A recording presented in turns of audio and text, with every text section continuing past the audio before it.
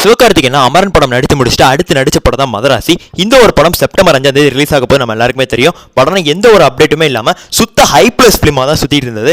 இப்போ தான் ஹைப் ஏற்றுற விதமாக இந்த ஒரு டீம் இன்னைக்கு ஒரு போஸ்டர் வந்து ஷேர் பண்ணியிருக்காங்க 50 days to goன்னு. ஸோ அந்த ஒரு போஸ்டர் பற்றியும் இந்த ஒரு படத்துலேருந்து அடுத்து ஃபர்தராக என்னென்ன அப்டேட்ஸ் நமக்கு வந்து கிடைக்க போகுது அதை பற்றி இந்த வீடு வந்து ஷார்ட் அண்ட் ஸ்வீட்டாக பேச போகிறோம். அதுக்கு முன்னாடி தமிழ் சினிமா இன்ஃபோன் சேனல் அமைச்சு சூரியனா கண்டு சொல்லிட்டு போட்டுருக்கலாம். அந்த ஒரு சேனல் ஒரு வாட்ஸ்அப் குரூப் ஆரம்பிச்சு வாட்ஸ்அப் குரூப் லிங்க் டிஸ்கிரிப்ஷன் கொடுத்துருக்கேன். எல்லாமே மறக்காம வந்து ஜாயின் பண்ணிருக்கேன்.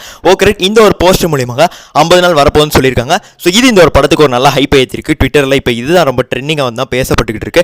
இவருடைய இந்த ஒரு மதராசி படம் அமேசான் பிரைம் தான் டிஜிட்டல் ரைட்ஸ் வந்து வாங்கியிருக்காங்க. படம் 25 to 30 கோடிக்கு தான் வாங்கியிருக்காங்கிறாங்க. அமரன்கிற மணிக்கு ஒரு 300 கோடி வெற்றி படம் கொடுத்த படம் இவரோட மார்க்கெட் ஏன் இன்ன வரைக்கும் ஏறாமல் இருக்குது அப்படிங்கிறது ஒரு கேள்விக்குறியான ஒரு விஷயமா தான் இருக்குது. பட் ஆனால் பரவாயில்ல. ஸோ நல்ல படமாக தான் இதுவும் அமையணும் அப்படிங்கிறது நம்மளுடைய ஆசை. இந்த ஒரு படத்துக்கு அனிருத் அவர்கள் தான் மியூசிக் பண்ணுறாரு. இந்த ஒரு படத்தோட ஃபர்ஸ்ட் சிங்கிள் அப்படிங்கிறது ஜூலை 23 இல்லை 24 நமக்கு வந்து கிடைக்க வாய்ப்புகள் இருக்குது. அந்த மாதிரி வந்து தான் சொல்கிறாங்க.